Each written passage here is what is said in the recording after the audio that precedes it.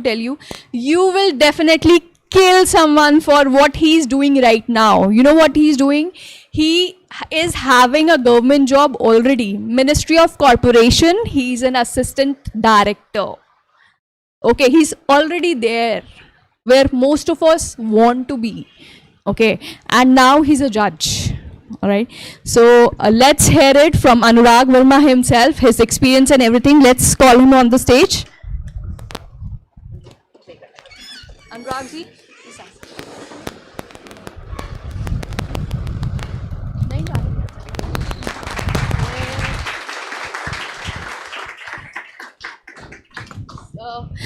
So we welcome Anurag Verma from Delhi. Thank him first of all to be here. He's here to guide you people, so that means a lot. So let's begin with his achievement, how ultimately he has, become something that in this room we all want to become. All right, let's hear it from him. Thank you so much. मेरी आवाज़ जा रही है आप सबको? सबसे पहले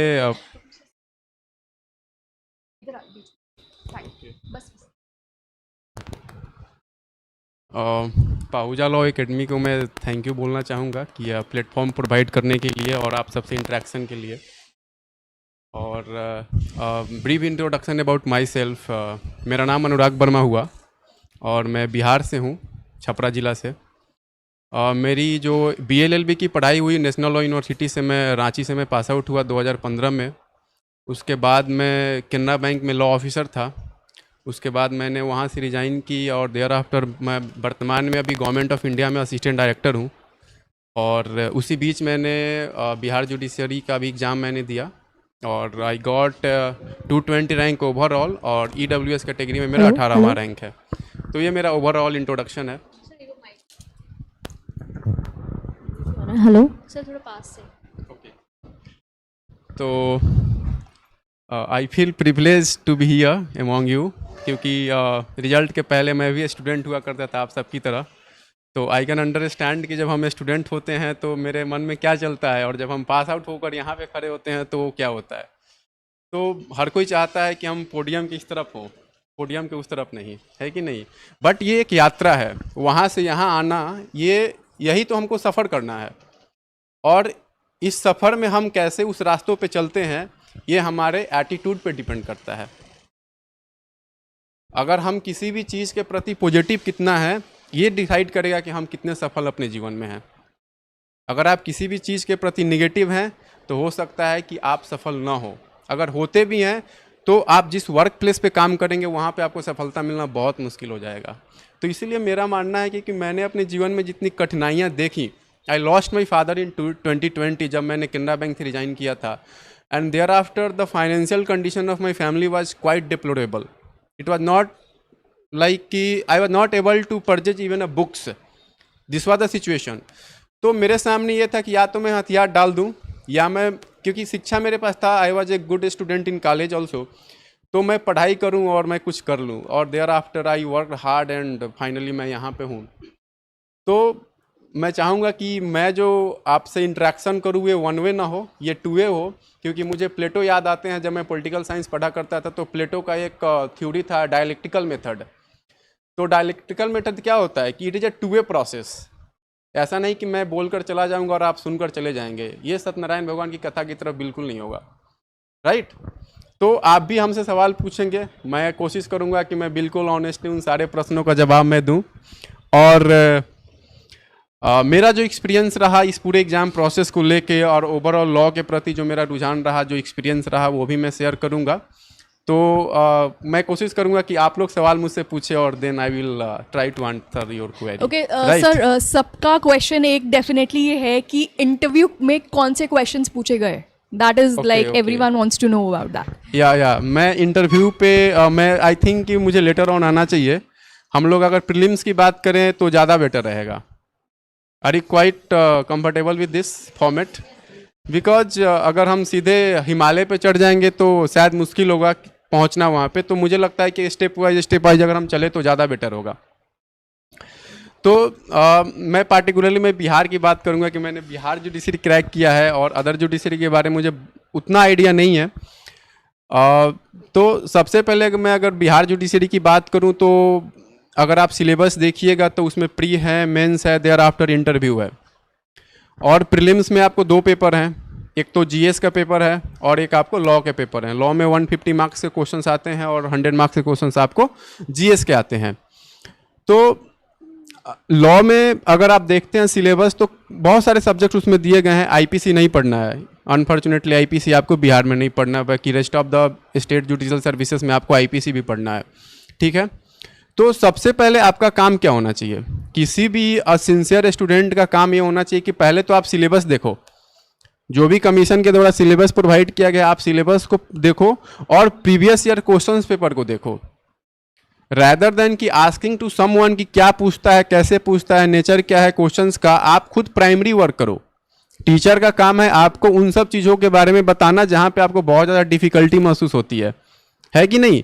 तो प्राइमरी वर्क आपका ये होना चाहिए कि आप पहले सिलेबस को देखो और प्रीवियस ईयर क्वेश्चंस को एटलीस्ट 5 ईयर क्वेश्चंस पेपर आप एनालाइज करो।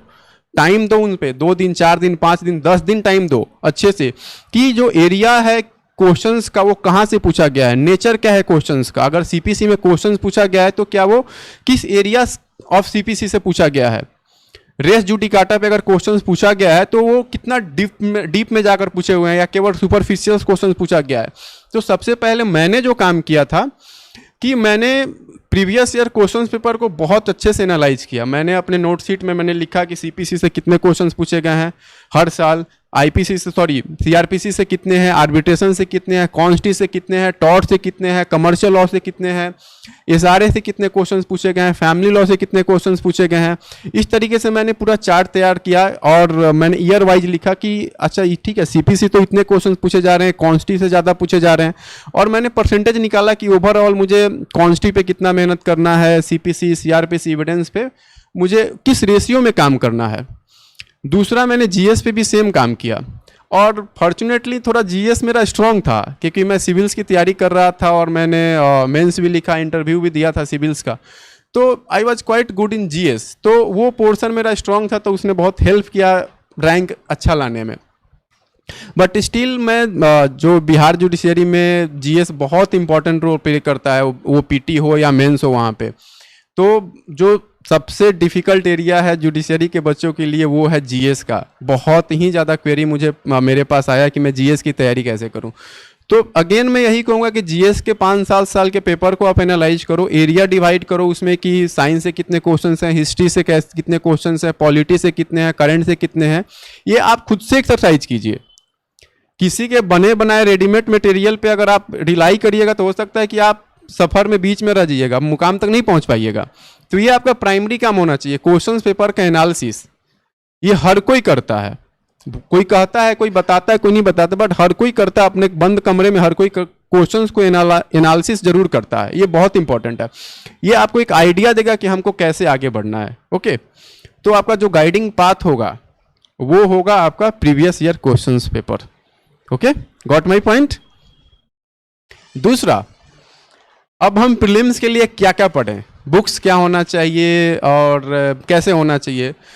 तो जहाँ तक बुक्स की बात है तो जो कॉन्ट्रैक्ट टॉर्ट्स इसके लिए मैंने बांग्या ही पढ़ा था। ऐसा नहीं था कि मैंने बहुत हाई फाई बुक मैंने कुछ भी नहीं पढ़ा है, टू बी वेरी फ्रैंक। जब पढ़ना था तो मैंने कॉलेज के टाइम में पढ़ लिया था सब। ओके, बट मैंने जब प्रिपरेशन के समय जब देखा कि भाई मुझे रैंक लाना है तो मैं अगर आंसन बैठ के कॉन्ट्रैक्ट के लिए पढ़ूंगा तो मैं फेल कर जाऊंगा, नहीं पास हो पाऊंगा।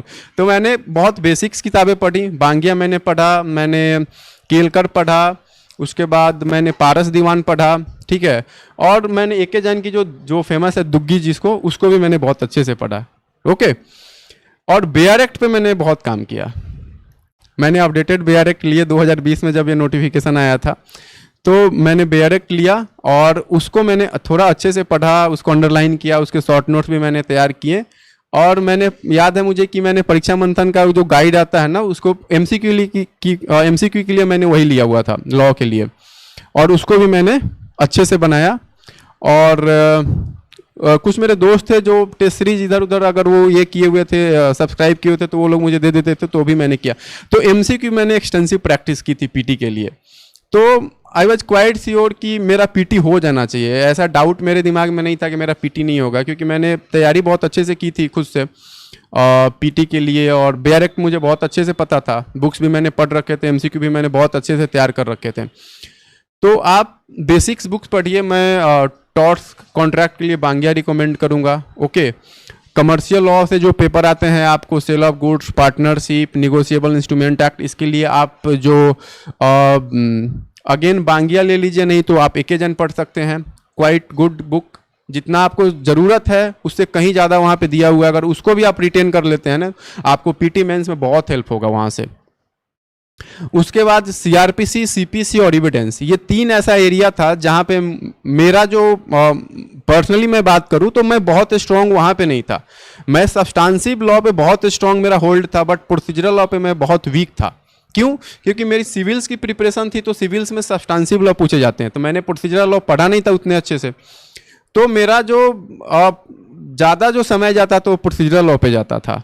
तो मैं यूट्यूब वीडियो में भी देखा था, जैसे कि पीएलए के भी वीडियोज को मैंने देखा और भी बहुत सारे रैंडम वीडियोज में देखता था अलग अलग टॉपिक्स पे, सीपीसी पे, सीआरपीसी पे, और एविडेंस थोड़ा बहुत ठीक ठाक था तो मैं कर लिया उसके लिए।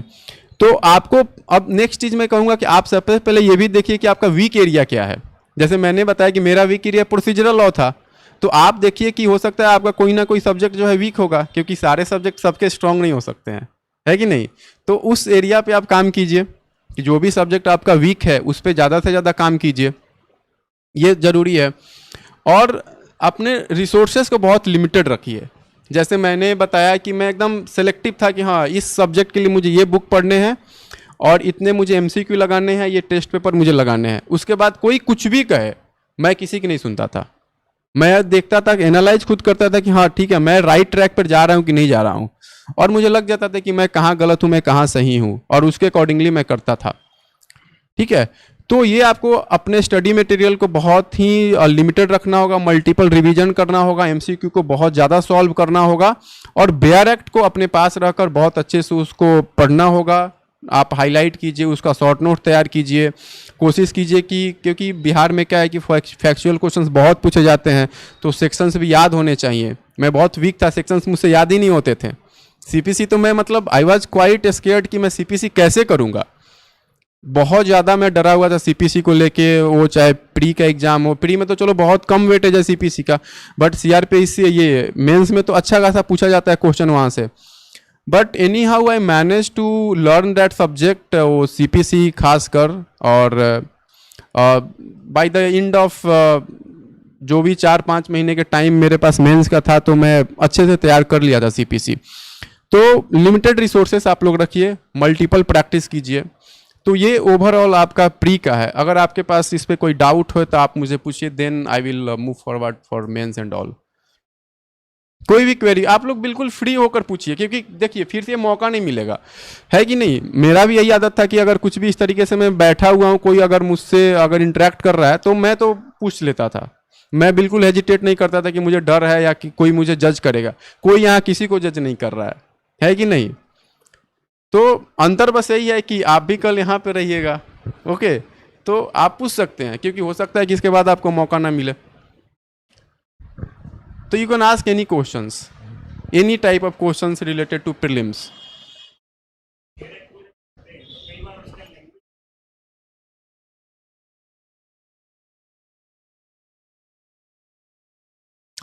तो उसके लिए तो आप बिल्कुल कोचिंग में हैं, तो कोचिंग आपको हेल्प करेगा उस बेयर एक्ट के लैंग्वेज को समझाने में आपको, है कि नहीं। क्योंकि बेयर एक्ट इसलिए टफ लिखा जाता है कि उसका इंटरप्रिटेशन जो है मल्टीपल, मतलब बहुत बार क्या हो जाएगा, बियर्ड इंटरप्रिटेशन ना हो, इसलिए उस तरीके से लिखा जाता है। अगर बहुत ही सिंपल लैंग्वेज में लिख दिया जाए बेयर एक्ट, तो उसका जो इंटरप्रिटेशन होगा इतना वियर्ड हो जाएगा ना कि वो बहुत हैफेजर्ड हो जाएगा, क्वेस्ट टाइप का। मतलब एक तरीके से it creates a chaos in the society. That's why जो लॉ के जो लैंग्वेज होते हैं थोड़े टिपिकल होते हैं, और वही आपको समझना है।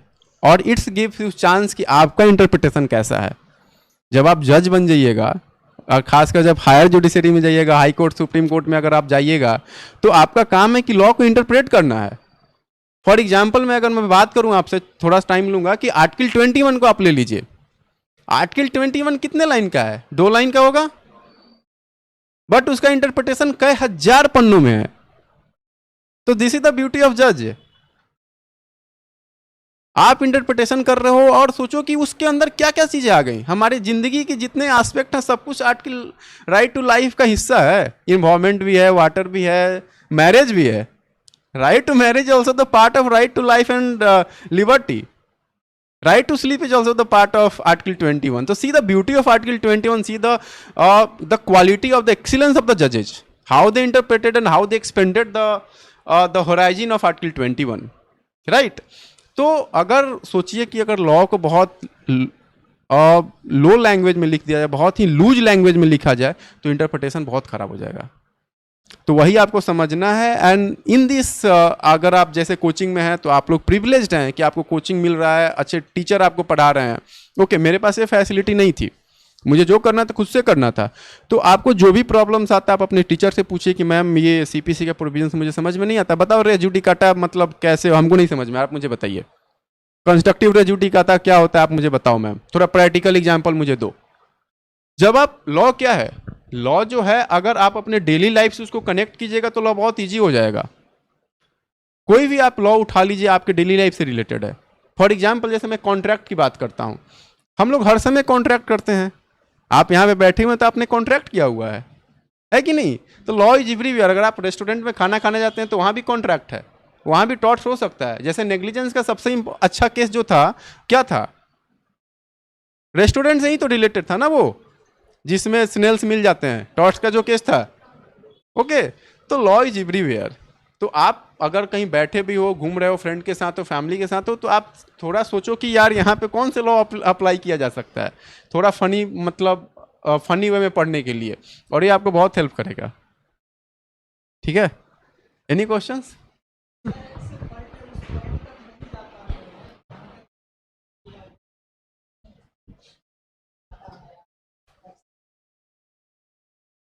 आप कहाँ तक पहुंचना चाहते हैं बेयर एक्ट से पढ़कर? हाँ,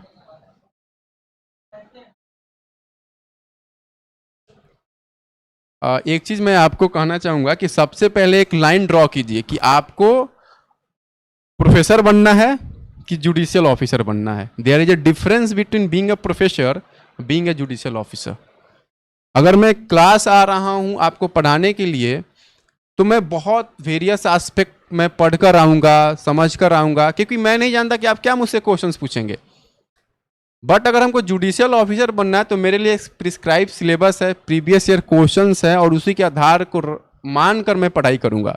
मुझे बहुत ज़्यादा नहीं पढ़ना है और बहुत कम भी नहीं पढ़ना है। तो अगर आप बेयर एक्ट को पढ़ रहे हैं तो बेयर एक्ट में आपके लिए उतना ही इंपॉर्टेंट है जितना एग्जाम में पूछा जा रहा है। आपको बैठ के उसका इंटरप्रिटेशन तो करना नहीं है। तो अगर आर्टिकल 21 में अगर जितने इंटरप्रिटेशन दिए गए हैं तो आप केस लॉ याद रख लीजिए कि किस केस लॉ में सुप्रीम कोर्ट ने, ऑनरेबल सुप्रीम कोर्ट ने क्या कहा है, बस आपको इतना ही पढ़ना है। Are you getting my point? हाँ।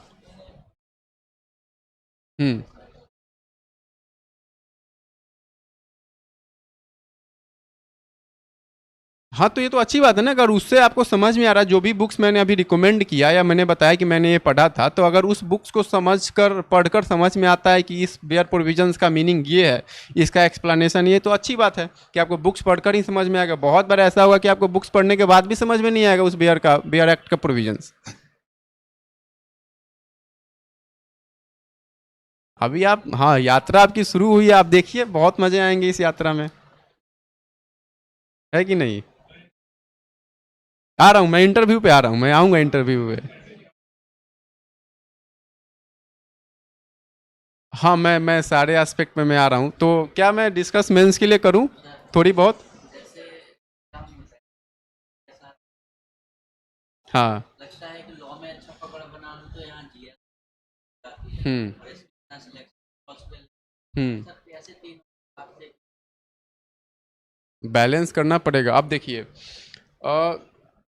अगर आपको बिहार जुडिशरी में सिलेक्शन चाहिए ना, तो आप अपने जीएस पे पकड़ ज़्यादा बनाइए,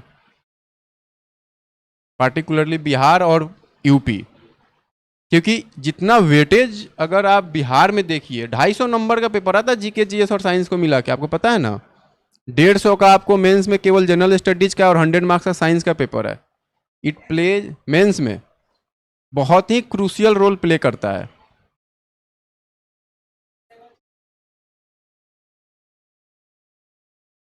आउट ऑफ 150 अगर आप जीएस की बात करो तो आप 110 115 नंबर आप ला सकते हैं। अभी तो मार्क्स आया नहीं है, तो मुझे जहाँ तक लगता था कि मुझे उतना आने चाहिए। 250 में 170 180 तक आप ला सकते हैं। 200 में भी आप 200 ला सकते हैं अगर आपके पास उतनी कैपेबिलिटी है तो। ओके क्योंकि वो वन लाइनर होते हैं, क्वेश्चन जो होते हैं उसका आंसर वन लाइनर 1 वर्ड में होते हैं, 2 लाइन में आपको लिखने होते हैं।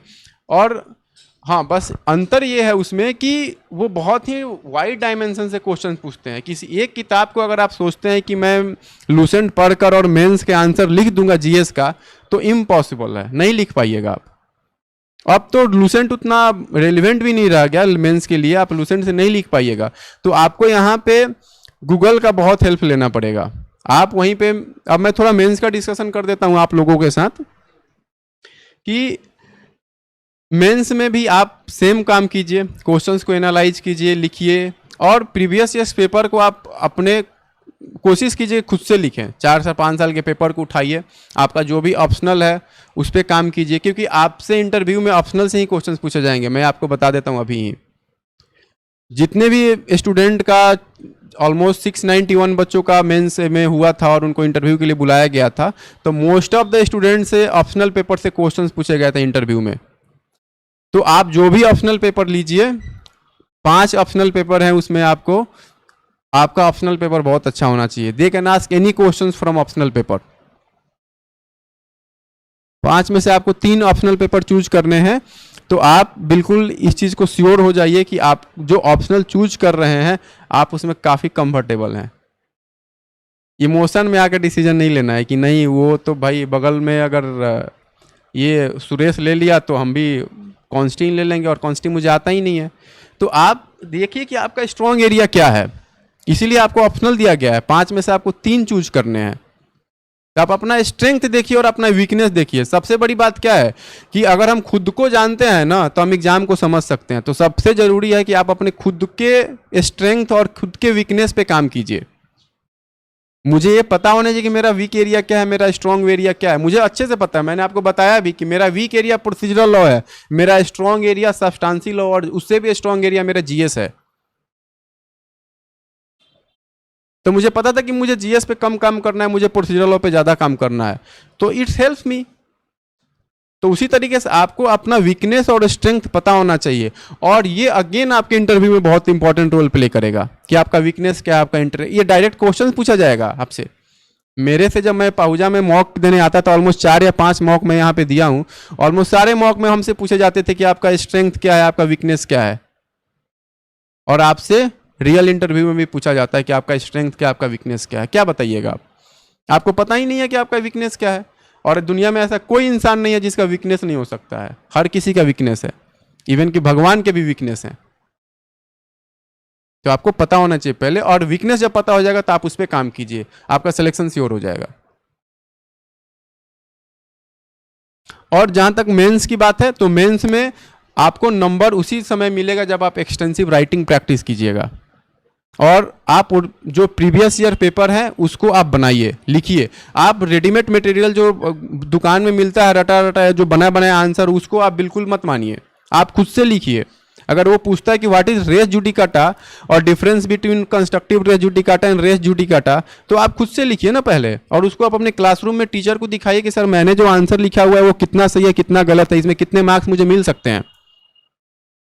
क्योंकि जो बुक्स मार्केट में आप पढ़ रहे हैं वो बुक्स तो सबको ही पढ़ रहा है, आपने भी पढ़ा, आप भी पढ़ रहे हैं, मैंने भी वही किताबें पढ़ी हैं। अगर वही आंसर मैं रेप्लिकेट कर दूंगा आपको आंसर शीट में, तो एग्जामिनर नंबर हमको क्यों ज़्यादा देगा? आप सबको वही, अगर 10 में है तो 2 नंबर बैठाएगा, वो 5 नंबर हमको क्यों देगा? 5 नंबर हमको उसी टाइम मिलेगा जब मैं कुछ अलग लिखूंगा। तो आपका ये, और हार्डवर्क क्या है, हार्डवर्क के साथ स्मार्टनेस भी होना चाहिए विद्यार्थी के अंदर। स्मार्टनेस और हार्डवर्क मैं थोड़ा कोरिलेट करता हूँ कि कैसे करना है। फॉर एग्जाम्पल मान के चलिए कि एक किताब आता है जीएस का, जिसमें आपको 10 साल के प्रीवियस ईयर क्वेश्चन पेपर को सॉल्व करके दे दिया गया है, मेंस के मैं बात कर रहा हूँ, और आपने वही किताब, सारे स्टूडेंट वही किताब ले लिया, मैंने भी वही किताब लिया और मैंने रट लिया उसको कि अगर वो पूछता है कि लीवर के फंक्शन क्या है साइंस में, तो मैंने भी वही 4 पॉइंट रटे थे जो आप लोगों ने रटे और मैं जाके लिख दिया। बट अगर उसी बीच में से, आप ही लोग के बीच में से कोई एक ऐसा स्टूडेंट होगा जो थोड़ा गूगल करेगा और देखेगा कि भाई लीवर के और क्या क्या फंक्शंस होते हैं और 2-3 पॉइंट वो और ऐड कर लेगा, तो वो ही इज ए स्मार्ट गाई। तो अगर आप किसी भी चीज को, बने बनाए चीज को खा लेंगे ना, तो उतना आनंद नहीं आएगा। कोशिश कीजिए थोड़ा खुद से बनाइए, और जब आप खुद से बनाइएगा तब पता चलेगा कि बनाने में कितना दर्द होता है, और तब आपको पता चलेगा कि आंसर लिखा कैसे जाता है, और आपका मेंस बहुत अच्छा होगा। ये अगर प्रैक्टिस आप एडॉप्ट कर लीजिएगा ना, तब फिर आप देखिए कि आप किसी भी जुडिशियल सर्विसेज के एग्जाम को उठाइए और आप बहुत अच्छा आंसर लिखिएगा। तो आप सबके पास अभी टाइम है, आप कोचिंग में हैं, इस समय को बहुत अच्छे से यूटिलाइज कीजिए, क्योंकि जैसे ही आपका कोचिंग ओवर होगा ना, फिर ये टाइम लौट कर नहीं आएगा ना। आपके पास ये जो अवेलेबिलिटी, जो एक्सीलेंट टीचर्स हैं, उनकी भी हो सकता है कि आप अभी तो इजीली उनसे इंटरेक्ट कर सकते हैं, अपने क्वेरी उनसे सॉल्व करा सकते हैं, आप अपने क्वेश्चंस लिख कर दे सकते हैं, दिखा सकते हैं कि सर आप चेक करके बताओ मुझे कि ये सही है या गलत है, मुझे कैसे अप्रोच करना चाहिए, आंसर का फॉर्मेट क्या होना चाहिए, क्या क्या कंटेंट होना चाहिए आंसर में। ओके, तो इस टाइम पीरियड को आप बहुत अच्छे से यूटिलाइज कीजिए। आप एक स्ट्रेटजी बनाइए अपने लाइफ का ओवरऑल, कि आप अपने आप को 2 साल बाद कहाँ देखना चाहते हैं, 4 साल बाद कहाँ देखना चाहते हैं, 5 साल बाद, 10 साल बाद कहाँ देखना चाहते हैं। और अपने पीयर ग्रुप से बहुत ज़्यादा अफेक्टेड मत होइए। मैं ये बात क्यों कह रहा हूँ कि जब मैं 2015 में पास आउट हुआ तो मैंने डिसाइड किया कि I have left my placement.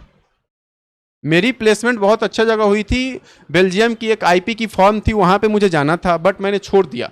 क्यों? क्योंकि मुझे सिविल सर्विसेज करना था, तो मैंने छोड़ा। But at the same point of time most of my friend they joined good law forms. किसी ने लुथरा ज्वाइन किया, किसी ने अमरचंद मंगलदास ज्वाइन किया, किसी ने एजेड भी ज्वाइन किया, कोई एचपीसीएल में गया, कोई बीपीसीएल में गया, कोई कोल इंडिया लिमिटेड में काम करता है। But I was the person में कि 4x4 के कमरे में बैठ कर राजेंद्र नगर में मैं तैयारी कर रहा हूँ। तो अगर मैं उस समय सोच लेता कि मेरे दोस्त अभी बहुत अच्छे अर्निंग कर रहे हैं, उनकी शादी हो गई है, बाल बच्चे हैं, they are roaming around the world, तो आज मैं आप सबके सामने नहीं होता। तो मैं पीयर प्रेशर बहुत कम लेता था और उन्हीं लोगों से इंटरेक्शन रखता था जिनसे मुझे लगता था कि भाई इनसे मैं कुछ पॉजिटिव आउटपुट मैं ले सकता हूं। तो पीयर प्रेशर को भी आपको बहुत मिनिमाइज करना पड़ेगा, क्योंकि ये लॉन्ग प्रोसेस है। ऐसा नहीं कि आप एग्जाम दिए और आपका रिजल्ट एक बार, क्योंकि ये पीटी मेंस इंटरव्यू और बहुत सारे स्टेट में, आप देखिए बिहार का कब आया था, 2020 में आया था, 2022 अभी खत्म होने वाला, ऑलमोस्ट 3 साल होने जा रहा है। 3 साल एक स्टूडेंट के लाइफ को अगर आप देखिए, तो जब हम प्रिपरेशन के फेज में होते हैं 3 साल कितना इंपॉर्टेंट होता है।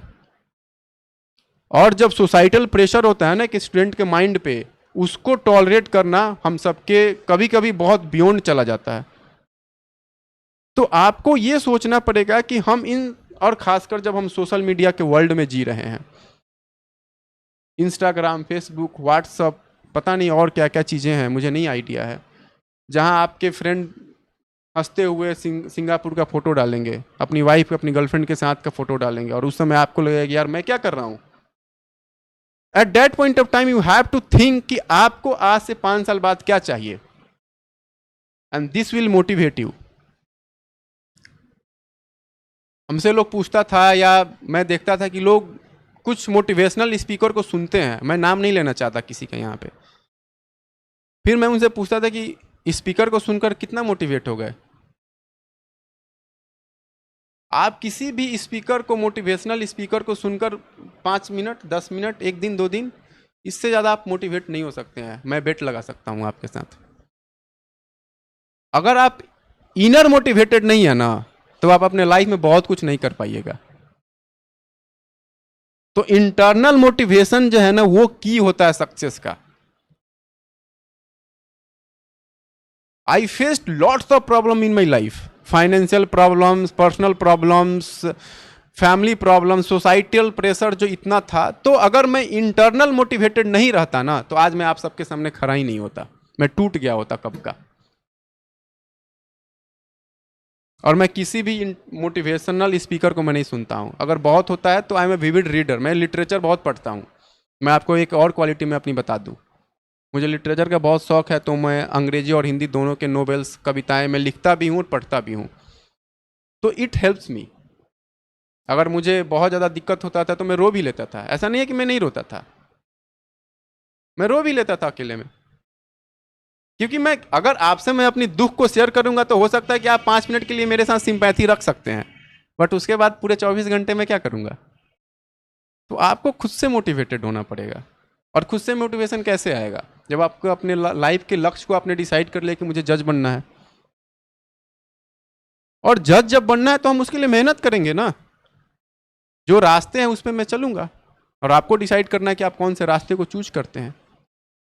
किसी के लिए कोई लंबा रास्ता होता है, किसी के लिए शॉर्टकट रास्ते होते हैं। ओके, तो आपको डिसाइड करना पड़ेगा। इसलिए मैंने शुरू में कहा था कि आपका एटीट्यूड ना डिसाइड करेगा कि आपका सिलेक्शन होगा या नहीं होगा। क्योंकि बहुत बार ऐसा होता है कि हमारा चलिए फाइनल सिलेक्शन नहीं हुआ, बट फिर भी हम अपने लाइफ में बहुत आगे बढ़ जाते हैं। क्यों? क्योंकि मेरा एटीट्यूड जीवन के प्रति बहुत अच्छा रहा। तो आप जब किसी भी जुडिशियरी को एग्जाम को अगर आप लिख रहे हैं तो सबसे पहले सिलेबस और प्रीवियस ईयर क्वेश्चन पेपर को अपना एक स्ट्रॉन्ग होल्ड बनाइए, उस पर अपना खुद का नोट्स तैयार कीजिए। कोचिंग के द्वारा जो भी नोट्स दिए जाते हैं उसको भी पढ़िए, बट आप अपने खुद के शॉर्ट नोट्स को तो तैयार कीजिएगा ना। क्योंकि वो मैं क्यों बोल रहा हूँ, जब मैं मेंस लिख रहा था तो मेरे सामने, क्योंकि कंटिन्यूअस चल रहा है, हर दिन 2-2 पेपर हो रहे हैं, तो अगर आप लॉन्ग नोट्स पढ़िएगा तो आपके पास टाइम ही नहीं रहेगा उसको रिवाइज करने का।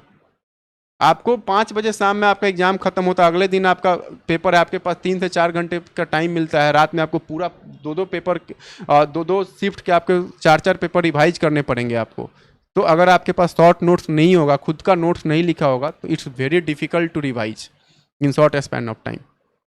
तो उस पर भी काम कीजिए। तो क्वेश्चन पेपर को एनालाइज करना, सिलेबस को एनालाइज करना, खुद से आंसर लिखना, ये बहुत टीडियस वर्क है, बहुत बोरिंग वर्क है। आपको लगेगा नहीं चलो रेडीमेड ले लेते हैं, बट अगर आप यहाँ पे थोड़ा मेहनत कीजिएगा ना तो रंग ला देगा आपके लाइफ में सब कुछ। और यही मेहनत होता है। कोचिंग आना, पढ़ना हर कोई करता है, मैं भी करता था, बट आप यहाँ से जाने के बाद कितना मेहनत करते हैं, कितना अलग काम करते हैं ना, ये डिसाइड करेगा कि इतने बच्चों के बीच में से कौन सफल होता है। Are you getting my point? मैं बहुत बोल दिया, आप लोग आप पूछिए। हाँ,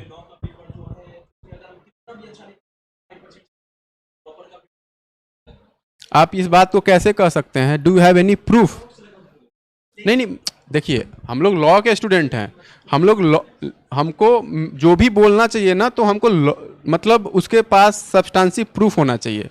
अब रैंडम मैंने व्हाट्सएप पे पढ़ लिया कि महात्मा गांधी का जन्म जालंधर में हुआ था और मैं फैलाने लगा, ऐसा नहीं होना चाहिए। आप जो भी बोलिए ना उसका आप खुद प्राइमरी एविडेंस से पहले आप देखो, या सेकेंडरी एविडेंस से देखो कि क्या आपने देखा है कि जो टॉपर होते हैं उनको नंबर कम मिलता है, या उनको इतना ही नंबर मिलता है, या जिनका रैंक जो लास्ट है वो उनको किसी सब्जेक्ट में बहुत कम नंबर मिला हो। Have you ever witness it?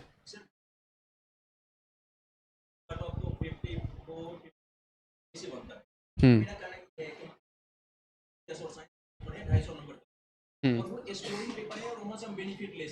ठीक है।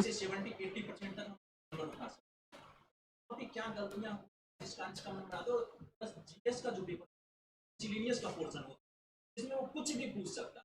जैसे एक साल पिछले साल तो 10 पार्टी का प्रथम अध्यक्ष और वर्तमान अध्यक्ष का नाम बताए, किसी बार को देगा 10 राज्य की राजभाषा राजभवन किस तरह से बताए, मतलब वहाँ पे कुछ भी वो पूछ सकता है।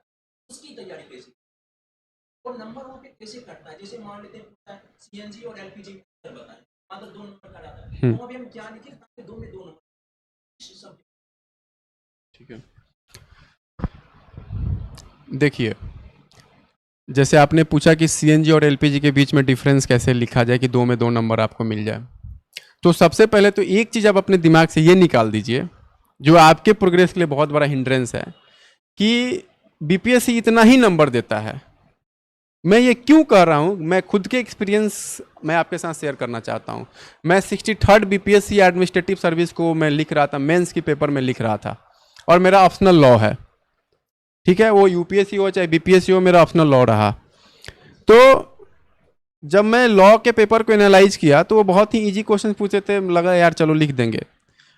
और एक नोशन ये बना था कि लॉ से जो है वो नंबर मिलता ही नहीं है, 300 में 100 नंबर 90 नंबर इस तरीके से दिए जाते हैं। मेरा भी यही नोशन था। जब मैं एग्जाम देने गया और जब मैं पेपर देखा तो उस समय पेपर बिल्कुल ड्रास्टिक चेंज थे, सारे पैटर्न चेंज कर दिए थे बीपीएससी ने लॉ ऑप्शनल के टाइम में। और बहुत ही टफ पेपर, बहुत डिफिकल्ट पेपर आया हुआ था और नंबर ऑफ क्वेश्चंस भी बहुत ज़्यादा था। But anyhow I manage to write all the questions, मैं कोई क्वेश्चन छोड़ा नहीं। और जब मैं बाहर निकला एग्जाम देकर तो मुझे लगा कि मेरा सिलेक्शन नहीं होगा, मैं मेंस में मतलब ऑप्शनल मेरा बहुत खराब हो जाएगा। जब मेरा मार्क्स आया I was quite surprise, I got 170 marks in my law optional paper, that is the highest marks out of 300।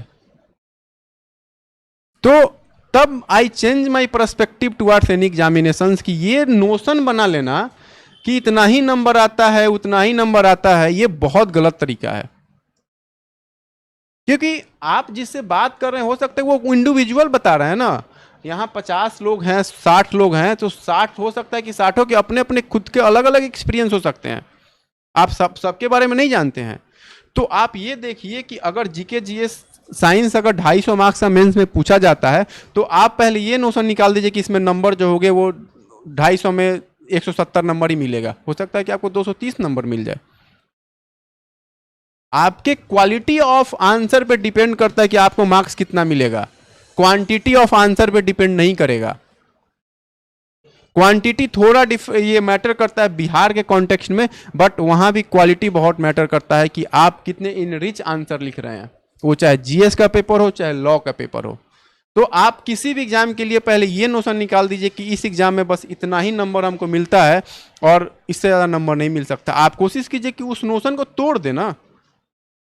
आपकी बहादुरी तो इसमें होनी चाहिए कि हम उस नोशन को तोड़ दें कि जहां 300 में अगर 100 नंबर मिलता है तो इस बार मैं 250 नंबर लाऊंगा। Are you getting my point? ये होना चाहिए। तो पहले तो आप इस दिमाग से इस चीज को निकाल दीजिए। अब मैं बात करता हूं कि आपको 2 में 2 नंबर कैसे मिलेगा। उसके पहले एक मैं आपको नोट दे दूं कि ये सब्जेक्ट मतलब खासकर आर्ट्स का पेपर है, सोशल साइंस के पेपर हैं, लॉज के पेपर हैं, तो इसमें आप साइंस और मैथ की तरह सोचिएगा कि हमको 100% नंबर मिल जाए, नहीं मिलेगा। चाहे आप कितना भी अच्छा आंसर लिख लीजिए, नंबर कहीं ना कहीं कटेगा आपका। तो आप एक मोटा मोटी अनुमान लगाकर चलिए कि 70% 80% नंबर हमको मिल जाएगा अगर आप अच्छा आंसर लिखते हैं। तो अगर आपसे पूछा जाता है कि सीएनजी और एलपीजी के बीच में डिफरेंस क्या है, तो सबसे पहले तो आप लिखिए कि सीएनजी का फुल फॉर्म क्या होता है, एलपीजी का फुल फॉर्म क्या होता है, सीएनजी का यूज कहाँ होता है, एलपीजी का यूज कहाँ होता है, सीएनजी का कंस्टिट्यूएंट एलिमेंट क्या है, उसके अंदर क्या क्या पाए जाते हैं, एलपीजी में क्या क्या पाए जाते हैं, ठीक है। और फिर सीएनजी के फ्यूचर प्रोस्पेक्टिव क्या हो सकते हैं और एलपीजी के फ्यूचर प्रोस्पेक्टिव क्या हो सकते हैं। देखिए आपको कैसे नंबर नहीं मिलता। कोई भी स्टूडेंट फ्यूचर प्रोस्पेक्टिव लिखता ही नहीं है किसी भी चीज में। अगर आप वे फॉरवर्ड किसी भी आंसर को लिख रहे हैं तो सबसे पहले आपको ये उसमें लिखना होगा कि मतलब इसका फ्यूचर क्या हो सकता है। खासकर जीएस के पेपर की मैं बात कर रहा हूं, तो आप कोशिश कीजिए कि इस तरीके से आप लिखिए, फिर देखिए आपको नंबर क्यों नहीं मिलेगा उसमें।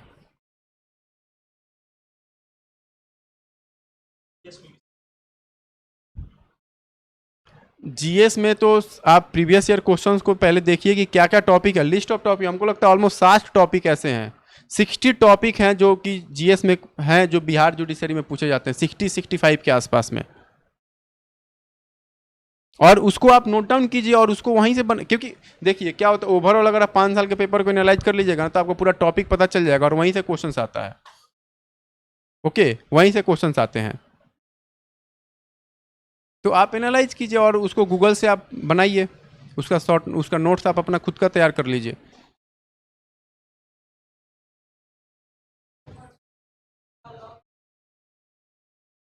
क्या क्या जो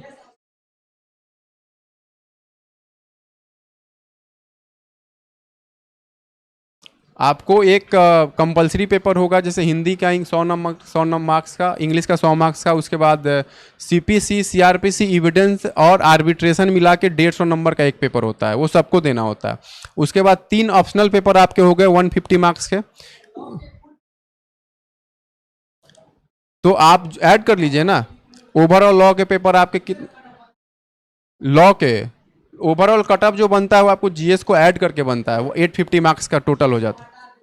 तो जीएस को हटा दीजिए तो आपको 3 और 1 4 पेपर हो गए, 600 मार्क्स के हो गए। 150 मार्क्स से 4 पेपर आपको देने होते हैं, तो 600 मार्क्स हो जाए। और मैं लास्ट में मैं बहुत शॉर्ट में आपसे इंटरव्यू की चर्चा कर लेता हूँ।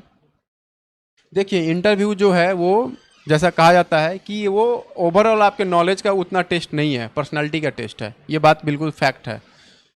तो जैसा मैंने बीच में कहा था कि आप अपने ऑप्शनल पे बहुत काम कीजिए, ऑप्शनल से क्वेश्चंस पूछे जाएंगे आपसे, ठीक है।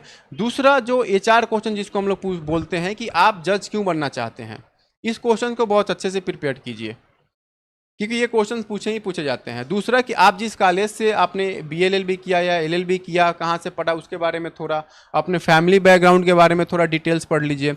उसके बाद आपने पास आउट कब किया एलएलबी, और अभी आप जो एग्ज़ाम इंटरव्यू जब दे रहे हैं, दोनों के बीच में डिफरेंस क्या है। ये बहुत ही ज़्यादा डिफिकल्ट क्वेश्चन हो जाता है, क्योंकि हर स्टूडेंट से ये पूछा जाता है कि आपके बीच में इतना गैप क्या है, क्यों रहा, आप क्या कर रहे थे। तो अगर आपके पास एक्सपीरियंस है तो वो अच्छी बात है, अगर एक्सपीरियंस नहीं होता है तो बहुत मुश्किल हो जाता है उस चीज़ को जस्टिफाई करना। जैसे मैं 2015 में पास आउट हुआ, अगर मैं जॉब नहीं करते रहता तो ये मेरे लिए बहुत मुश्किल हो जाता है, और ये निगेटिव हो जाता है कभी कभी, और वो लोग मार्क्स नहीं देते हैं, 35 से कम मार्क्स दे देते हैं। बिहार में एक सबसे बड़ी तकलीफ की बात यह है कि 35 से कम नंबर अगर आपका आता है इंटरव्यू में, तो आप मेंस में कितना भी अच्छा नंबर लाइएगा आप बाहर हो जाइएगा। तो एक बहुत बड़ा ड्रॉबैक्स आई कैन से। तो क्योंकि इस बार भी देखिए ऑलमोस्ट 278 274 के आसपास में बच्चे जो हैं वो बाहर हो चुके हैं, केवल 35 मार्क्स से उनका कम नंबर है वहाँ पे। तो आपको ये भी देखना है कि हमको वो मिनिमम क्वालिफाइंग नंबर भी लाना है 35 से। तो आप अपने ऑप्शनल पे काम कीजिए, आप अपने बायो पे काम कीजिए, ठीक है, जिस कॉलेज से हैं वहाँ पे, और जो आप गैप जितना अगर आपका है उसका एक अच्छा आंसर तैयार कीजिए कि आप कैसे जस्टिफाई कीजिएगा अपने गैप ईयर को। अगर आप वर्तमान में किसी जॉब में काम कर रहे हैं तो आप उस जॉब के बारे में बहुत अच्छे से स्टडी कर लीजिए, ठीक है। वहीं से क्वेश्चन पूछा जाएगा, कुछ बहुत ज़्यादा आपसे मुश्किल से 5 से 10 मिनट आपके इंटरव्यू चलेंगे। जैसे मैं बता देता हूँ लास्टली कि मुझसे क्या क्या क्वेश्चन पूछा गया था। सबसे पहले जब मैं गया तो मुझसे पहला ही सवाल किया गया कि आप क्या कर रहे हैं। तो मैंने बताया कि sir I am an assistant director in government of India. तो वो पूछे कि तो फिर आप यहाँ क्यों आना चाहते हैं, you are at the good place, आप बहुत अच्छे पोजीशन पे हैं, सैलरी भी आपकी बहुत अच्छी है, तो आप बिहार जुडिशरी में क्यों आना चाहते हैं। तो मैंने उनको जो आंसर दिया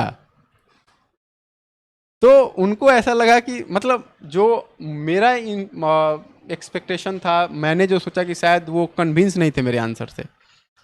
मैंने एक लाइन मतलब 2-3 लाइन में मैंने आंसर दिया था, तो लास्ट में मैंने ये कह दिया कि मैं जस्टिस प्रोवाइड करना चाहता हूँ, जो कि मुझे लगा कि ब्लंडर मैंने किया था वहाँ पे।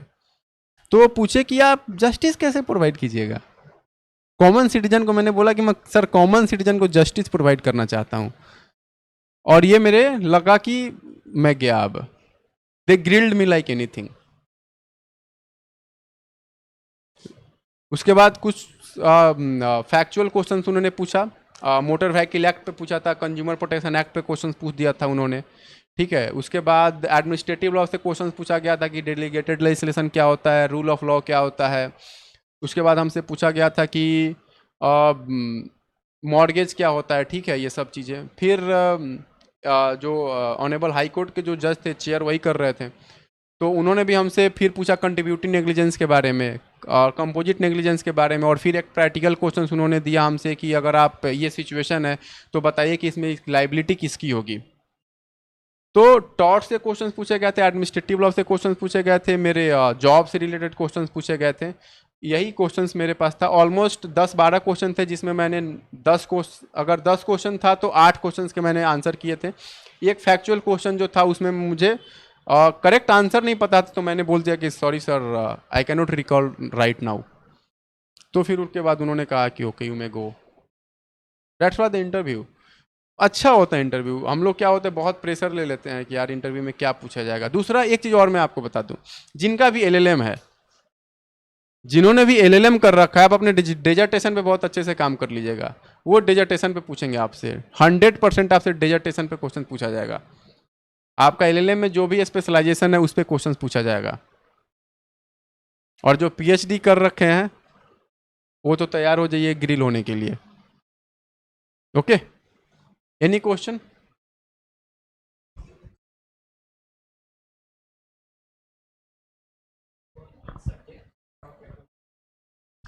ओके, अगेन मैं यही कहूँगा आपसे कि पहले तो आप अपने वीक सब्जेक्ट को पॉइंट आउट करिए कि आपका कौन कौन सा सब्जेक्ट है। जो भी वीक एरियाज हैं आपके उस पर ज़्यादा टाइम दीजिए, और जो स्ट्रॉन्ग एरिया है उस पर थोड़ा कम टाइम दीजिए। जे फॉर एग्जांपल मैं टाइम एलोकेट कैसे करना है, प्रीलिम्स के लिए टाइम एलोकेशन एक जैसा और मेंस के लिए एक जैसा नहीं हो सकता है। तो जब आप पीटी के लिए पढ़ो, जैसे मान के चलो कि 1 महीने के बाद आपकी पीटी की एग्जाम है, तो आप एमसीक्यू मोड में पढ़ोगे।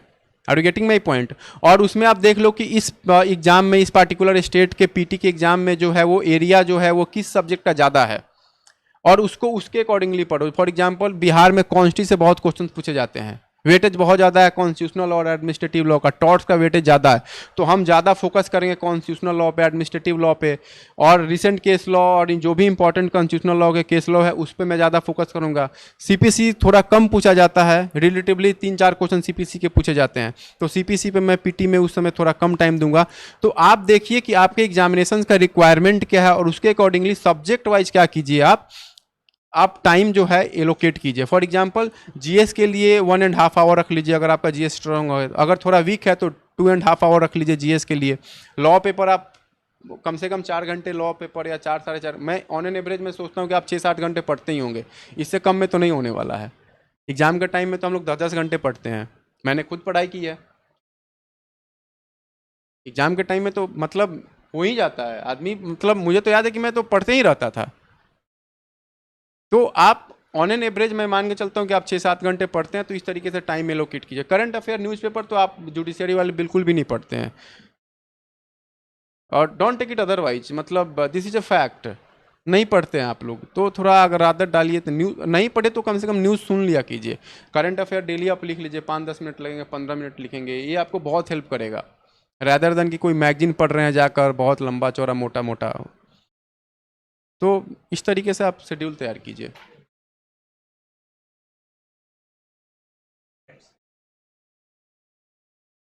हम्म, आप जो आता है आप वही बता दीजिए।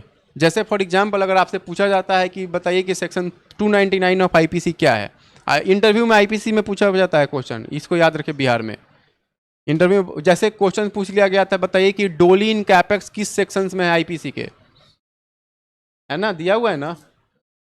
ओके, नेसेसिटी किस सेक्शंस में है, क्वेश्चन ये पूछा गया इंटरव्यू में कि मैक्सिम पूछ लिया गया और बोला गया कि ये किस सेक्शंस में है आईपीसी के, तो ये आपको दिमाग में रखना है, ये आपको याद होना चाहिए, ठीक है। अगर आप एग्जैक्ट सेक्शन कोई नहीं आपसे पूछेगा कि एकदम रिकॉल कर लीजिए 299 का वर्बेटम आप बताइए, नहीं, ओवरऑल 299 क्या है आपको एक्सप्लेन करना है। दे आर नॉट एक्सपेक्टिंग कि आपको पूरा बेयर एकदम line by line, word by word, comma, full stop, hyper सबको याद हो, ऐसा थोड़ी ना, ऐसा बिल्कुल भी संभव नहीं है। आप ओवरऑल आपको पता होना चाहिए कि वो प्रोविजंस क्या कहता है। ओके, यस,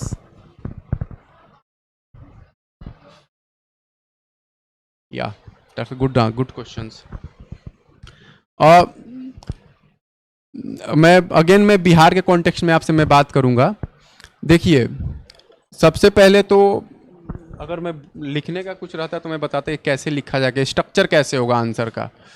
और कोई भी क्वेश्चन अगर आपके पास आता है मेंस का, तो सबसे पहले तो इंट्रो बहुत अच्छा होना चाहिए। फॉर एग्जाम्पल मैं आपको देता हूं कि अगर राइट टू लाइफ पे कोई क्वेश्चन पूछा गया है, आपने किसी ने देखा जो अभी 31st बिहार जुडिशरी का जो मेंस का पेपर था,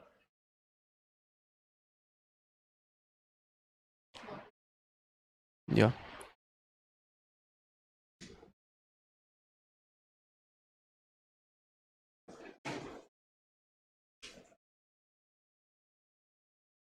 फॉर एग्जाम्पल मान के चलिए आपके पास अगर कोई आर्टिकल 21 पे क्वेश्चन था, अगर आप लोगों ने 31st जुडिशरी के कॉन्स्टिट्यूशनल लॉ के पेपर को देखा होगा, तो इस बार क्वाइट एनालिटिकल, बहुत ही डिफिकल्ट पेपर था, वो बहुत डिफिकल्ट पेपर था। तो जैसे कि फॉर एग्जाम्पल अगर आपके मान के चलिए कि अगर आर्टिकल 21 पे वो पूछता है कि इन्वायरमेंट से रिलेटेड कुछ चीज़ें हैं, ठीक है, आर्टिकल 21 को रिलेट करते हुए वो कुछ इन्वायरमेंट का एस्पेक्ट अगर कोई क्वेश्चन में पूछा गया है तो आपका जो इंट्रोडक्शन होना चाहिए वो ये होना चाहिए, जैसे कि for example environment play a very crucial role और फिर मतलब इसके इकोनॉमिक कॉस्ट क्या है या इसके सोशल कॉस्ट क्या है। तो इस तरीके से आप क्या लिख सकते हैं, 3 से 4 लाइन आप जो है इंट्रो बहुत अच्छा लिखिए। उसके बाद इसी में लिखिए कि article 21 the honourable Supreme Court has also incorporated the aspect और explain the aspect of the environment under article 21, ठीक है, उस चीज़ को लिखिए। फिर उसके बाद आप मेन बॉडी पे आइए कि क्वेश्चंस के अंदर आप क्या पूछे जा रहे हैं। मान के चलिए कि क्वेश्चन ये पूछा जा सकता है आपसे कि आर्टिकल 21 जो है वो इन्वायरमेंट को कैसे प्रोटेक्ट करता है। तो आप अब डिफरेंट जजमेंट लाइए कि सुप्रीम कोर्ट के कौन कौन से जजमेंट हैं जो इन्वायरमेंट के एस्पेक्ट को टच करते हैं, उसको आप 2 लाइन 4 लाइन में लिखिए और उसके इंपॉर्टेंट क्रक्स को लिखिए वहाँ पे। फिर फाइनली आप क्या कीजिए कि कंक्लूजन लिखिए या वे फॉरवर्ड लिखिए, ठीक है। तो एक तो मैं बहुत ही सिंपल मैंने बताया, बहुत बार क्या होगा कि एक क्वेश्चंस के अंदर 4-5 क्वेश्चंस होंगे तो आपको उन सारे क्वेश्चंस को एड्रेस करना होगा। किसी भी एक पार्ट को अगर आप अनएड्रेस छोड़ देते हैं तो आपका नंबर वहाँ पे कट जाएगा। तो सबसे पहले तो आपका मैं बता दूं कि आपका 1 नंबर में आपका इंट्रो बहुत अच्छा होना चाहिए। दूसरा आप ये लिखो जो ये main body,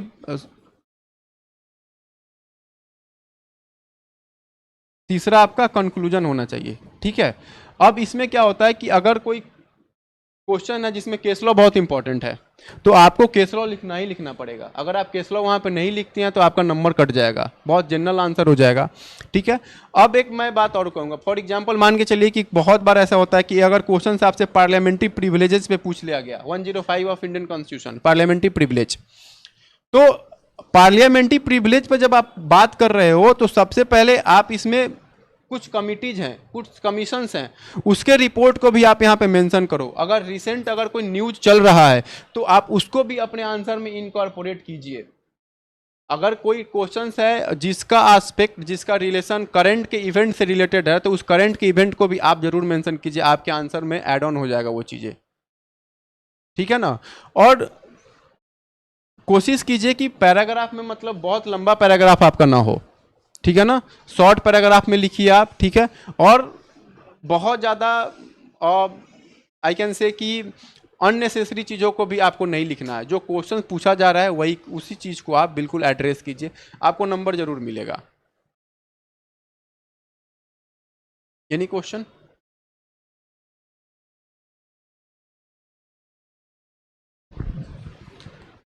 Anyone else have anything to ask? Any question? मतलब जैसे बिहार जुडिशरी में 30 जुडिशरी जो हुआ था उसमें भी और इसमें भी लगभग 1/3 या उससे ज़्यादा को डिस्क्वालीफाई कर दिया जाता है इंटरव्यू में, और मेन तो करके वहाँ पे गलती का मतलब 5 number. See this is a very subjective I can say questions और इसका बहुत सब्जेक्टिव आंसर हो सकता है। 303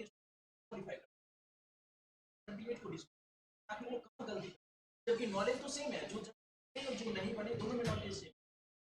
अगेन मैं बस इस पे एक ही बात आपसे कहूँगा कि देखिए कुछ जो है ना, मेहनत के बाद थोड़ा लक भी बहुत बड़ा फैक्टर है।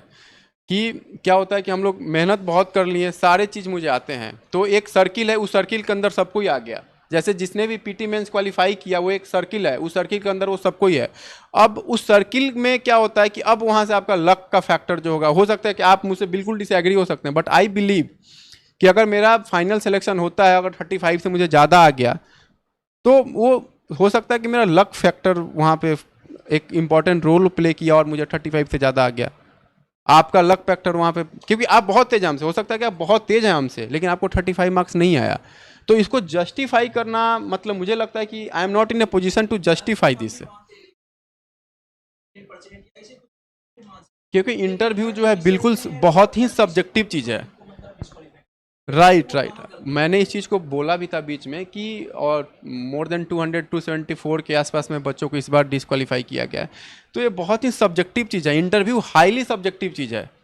ये कह पाना कि अगर मैं जैसे कि आई नो वन पर्सन जिन्होंने बहुत ही 10 क्वेश्चन पूछे गए तो हार्डली 1 या 2 क्वेश्चन का जवाब उन्होंने दिया, फिर भी उनके अच्छे मार्क्स थे।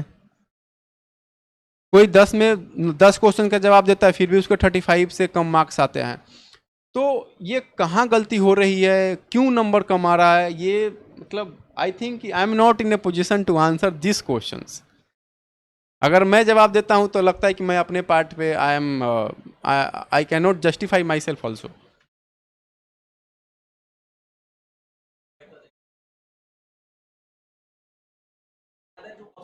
नहीं, वो मोटर व्हीकल एक्ट से इसलिए पूछा गया कि उसका टॉर्ट के साथ कुछ रिलेशन था। कंट्रीब्यूटिंग नेग्लिजेंस एग्जैक्टली क्वेश्चन था। क्वेश्चन ये था कि कोई ड्रंकेड पर्सन है, ठीक है, और आपको पता है कि जो ड्राइवर है वो बस का, वो उसने दारू पी हुई है, ओके, वो शराब पिया हुआ है, और आप जानबूझकर उस गाड़ी पे बैठ जाते हैं और फाइनली गाड़ी का एक्सीडेंट हो जाता है और उसमें आप इंजर्ड हो जाते हैं। तो आपके पास क्या क्या रिमेडीज है? क्वेश्चन एग्जैक्टली यही था। तो ये क्वेश्चन फिर फाइनली जब मेरा लास्ट जो क्वेश्चन था, इसी क्वेश्चन को एक्सटेंड करके जो चेयरमैन थे उन्होंने फिर पूछा कि इसमें बताइए कि मोटर व्हीकल एक्ट के कौन से सेक्शन के अंदर जो है इसमें इसकी लाइबिलिटी बनेगी। तो मैंने नहीं पढ़ा था मोटर व्हीकल एक्ट, तो मैंने सॉरी बोल दिया कि sir I can not recall right now, I am sorry for it. तो इस तरीके से क्वेश्चन पूछे जाएंगे आपसे। नहीं, पढ़ लीजिए, पढ़ने में कोई दिक्कत नहीं है। अगर किस्मत खराब तो हो सकता है आपसे वही क्वेश्चन पूछ लिया जाए। ये तो मतलब मैं इसलिए बता रहा हूँ कि जो एक जनरल प्रैक्टिस है, बट अब जैसे पिछली बार तो मतलब बहुत जल्दी रिक्रूटमेंट हो गए थे, रिजल्ट जो था इंटरव्यू के 2 या 3 दिन के अंदर आ गया था। इस बार सब कुछ क्वाइट अनएक्सपेक्टेड हुआ, तो कोई नहीं जानता कि क्या हो सकता है। तो आप सब कुछ पढ़ कर जाइए, है कि नहीं, क्योंकि इंटरव्यू का कोई स्पेसिफिक सिलेबस तो है नहीं। We are talking on the जो कि प्रैक्टिसेस होते हैं, तो हो सकता है कि जो प्रैक्टिस है उसको ना फॉलो किया जाए, कुछ नया चीज़ प्रैक्टिस कर लिया जाए। तो अगेन इट्स डिपेंड अपॉन कि आपका लक उस समय कितना फेवर कर रहा है, मेरा लक कितना फेवर कर रहा है। क्योंकि मैं एक चीज़ बताऊं कि इंटरव्यू एक ऐसा चीज़ होता है ना कि अगर इंटरव्यूअर चाहे तो आपसे एक भी आंसर नहीं देने देगा, तो आपसे पूछ ले। अगर वो चाहता है कि आप आंसर दीजिए तो पूछेगा बताइए आपके मामा का क्या नाम है। अगर वो चाहेगा कि आंसर नहीं देना तो पूछ लेगा कि मेरे मामा का नाम क्या है। ठीक है, तो इंटरव्यू यही होता है। Okay, any question? All right, so thank you, Anurag sir. Before summing up the session, just wanted to tell you that we all come into a time where we all think that हमारे यहाँ पे we have this problem, we have this problem, we have this problem. But he is an epitome. He has, sidelined all the financial, physical, or health and whatever difficulties kept aside, and he's a winner now. All right. So you need to go take that lesson home and work upon it. Okay. Thank you so much for your beneficial lesson. Now it's time for the felicitation ceremony, everyone.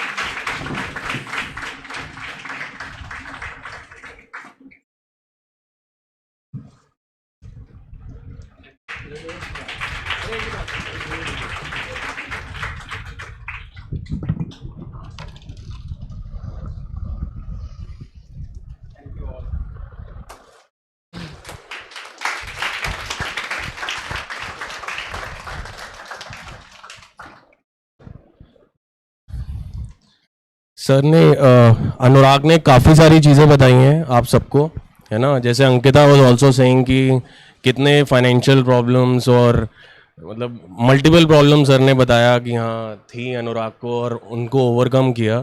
तो ये एक important lesson है। आपको भी अगर कोई problem आती है उसको डील करो, उससे लड़ो और आगे बढ़ो। प्रॉब्लम के बारे में ज़्यादा नहीं सोचना, सोल्यूशन निकालना है।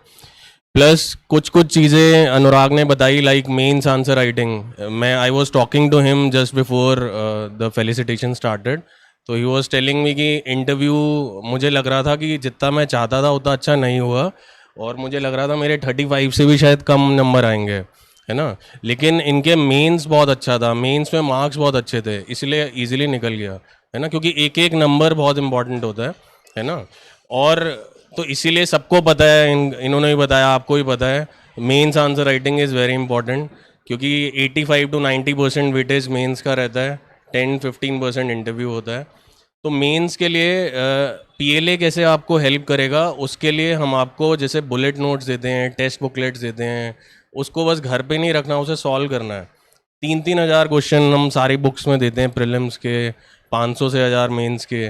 डेली आपको जो बुलेट नोट्स मिलते हैं, है ना, उनमें मेंस के क्वेश्चन हैं, वो डेली लिखने हैं, है ना। हमारे और भी कंपेटिटर्स हैं, हम एक बैच में 75 to 80 स्टूडेंट्स, कम बच्चे इसलिए रखते हैं, 400-500 इसलिए नहीं रखते, ओनली फॉर दिस रीज़न कि आप स्टूडेंट टीचर रेशियो कम है, मेंस के आंसर आप डेली लिख के चेक करा सकते हो। एंड जैसे अनुराग कह रहे थे कि अभी टीचर्स अवेलेबल हैं, डेली आपसे बात कर रहे हैं, जब कोचिंग ख़त्म हो जाएगा तब कभी कभी आप आओगे, डेली तो आ नहीं पाओगे, कोई दिल्ली से है, कोई बाहर से है, तो इसलिए अभी जो 14 महीने आप यहाँ पर हो उसे अच्छे से यूटिलाइज़ करो। This is my only request. Every Thursday आपका प्रीलिम्स मेंस का टेस्ट होता ही है ना, वो ज़रूर दो। कई बच्चे प्रीलिम्स देते हैं, मेंस नहीं देते, तो उनको हम 0 मार्क्स दे देते हैं। कई बच्चे ऐसे भी हैं जिन्होंने आज स्टार्ट किया है, तो उनको बता रहा हूँ। तो मेंस के टेस्ट भी आपको देने हैं रेगुलर, बुलेट नोट्स में जो क्वेश्चंस हैं सब चेक कराने हैं। सारे टीचर्स डेडिकेटेड हैं, पल्लवी मैम, अनुराग सर, सारे टीचर्स बहुत अच्छे हैं। जो भी आंसर्स लिखोगे सब चेक करके आपको देंगे। Staff is also very dedicated, Ankita हैं, कपिल हैं, वैशाली हैं, कोई भी प्रॉब्लम हो आप आओ, इनसे पूछो, सारी प्रॉब्लम सॉल्व होंगी। और मेंस पे फोकस देना है स्टार्टिंग से। दूसरा इन्होंने बताया था कि जो पैटर्न होता है एग्ज़ाम का वो बहुत इंपॉर्टेंट है, तो वो आपको फर्स्ट डे से पता होनी चाहिए। ये सारी चीज़ें मेंस का, पैटर्न का, कोई भी आएगा ना, कल भी 4 लोग आए थे जो हमारे फाउंडेशन कोर्स के भी स्टूडेंट्स थे, उन्होंने भी वही सेम चीज़ बताएंगे। तो चीज़ें वही है कि मेन स्ट्रांग होना चाहिए, एग्ज़ाम पैटर्न पता होना चाहिए, ये 2 मेन चीज़ें इंपॉर्टेंट पॉइंट्स हैं। अगर एग्ज़ाम का पैटर्न आपको पता है, फर्स्ट डे से आपको पता होना चाहिए कौन कौन सी स्टेट्स आप टारगेट कर रहे हो। अगर दिल्ली कर रहे हो, यूपी कर रहे हो, बिहार कर रहे हो, उस स्टेट का क्या पैटर्न है, क्या सिलेबस है। और क्योंकि आप पीएलए स्टूडेंट हो, आपको पता होगा हम स्टेट वाइज बाइफर्केशन भी देते हैं, उसके अंदर सारा लिखा हुआ है प्रीलिम्स का पिछले 15 साल का क्या पैटर्न है, किस किस टॉपिक से, किस किस सेक्शन से कितने क्वेश्चंस आए हैं। तो जो भी स्टेट आप टारगेट कर रहे हो, दिल्ली, यूपी, बिहार, राजस्थान, वो आप लो, उसका बाइफर्केशन उसके थ्रू अपनी स्टडीज़ करो, है ना। और मेंस में it will be very helpful, क्योंकि मेंस में लिमिटेड ही टॉपिक्स होते हैं जिनसे हर साल क्वेश्चंस आते हैं। प्रीलिम्स में फिर भी थोड़ा सेक्शंस डिफरेंट हो जाते हैं, कि मतलब स्कोप बहुत बढ़ जाता है, लेकिन मेंस में क्या है कि लिमिटेड सेक्शन है, तो वो बाइफर्केशन से बहुत हेल्प मिलेगी, तो उसको भी यूटिलाइज करो। एंड जो स्टेट्स टारगेट कर रहे हो, फर्स्ट डे से उनके सारे लोकल लॉज, माइनर लॉज सब पहले साथ साथ पढ़ के चलो, क्योंकि क्या होता है कि जिस दिन एग्ज़ाम निकलता है नोटिफिकेशन, कुछ नए नए सब्जेक्ट्स ऐड या डिलीट भी हो जाते हैं। तो अगर पहले से ही नहीं पता आपको क्या क्या पढ़ना है, फिर और नए सब्जेक्ट्स आ जाएं तो डिफ़िकल्ट होगा। जैसे दिल्ली का अभी थोड़े टाइम पहले पेपर आया था, 28 फरवरी को नोटिफिकेशन आया था, और 3 नए माइनर लॉज ऐड हो गए थे उसमें, है ना। तो अब जिसने पहले ही कुछ एक्ट नहीं पढ़ रखे, फिर माइनर लॉ ऐड हो गए, वो भी पढ़ने हैं, तो पहले से पता होना चाहिए कि सिलेबस भी चेंज होता है। तो इसी पे ही आप सबसे रिक्वेस्ट है कि ऑब्वियसली आपने एडमिशन लिया है, हम चाहते हैं आप सब जज बनो, है ना। और लेकिन बात सच यही है कि जो मेहनत करेगा वही बनेगा, है ना। लेकिन हम भी ग्रोथ कर रहे हैं। पिछली बार हमारे 22 बच्चे जज बने थे जब 2018 का जो रिज़ल्ट आया था, इस बार हमारे मोर देन 40 रिजल्ट्स बने हैं, है ना। तो हम भी मेहनत कर रहे हैं, और लेकिन हमारी मेहनत के साथ साथ आपकी मेहनत बहुत ज़रूरी है, आपका टाइम बहुत ज़रूरी है ना। आप यहाँ आए हो, पैसे इज़ इमटेरियल, आप बाद में भी कमा लोगे, बट ये जो time, Anurag was also saying, 1-1.5 साल जो टाइम है यहाँ पर हो, दिस इज़ वेरी इंपॉर्टेंट। यही डिफाइन करेगा कि आप आगे क्या बनोगे लाइफ में, तो इसको अच्छे से यूटिलाइज़ करो, है ना। And with that I would like to thank Anurag, वो अपने बिजी शेड्यूल से आए और हमें टाइम दिया, आप लोगों को इतनी सारी बातें बताई। और आप लोगों से भी रिक्वेस्ट है, कोई भी प्रॉब्लम हो हमें आप रीच आउट करो, है ना। हम लोग आपके बेटरमेंट के लिए ही हैं यहाँ पे, टीचर, स्टाफ, एवरीवन, है ना। और कोई भी प्रॉब्लम हो आप हमें रीच आउट करो, और वील 100% उसका हम सोल्यूशन निकालेंगे, ठीक है। चलो, थैंक यू।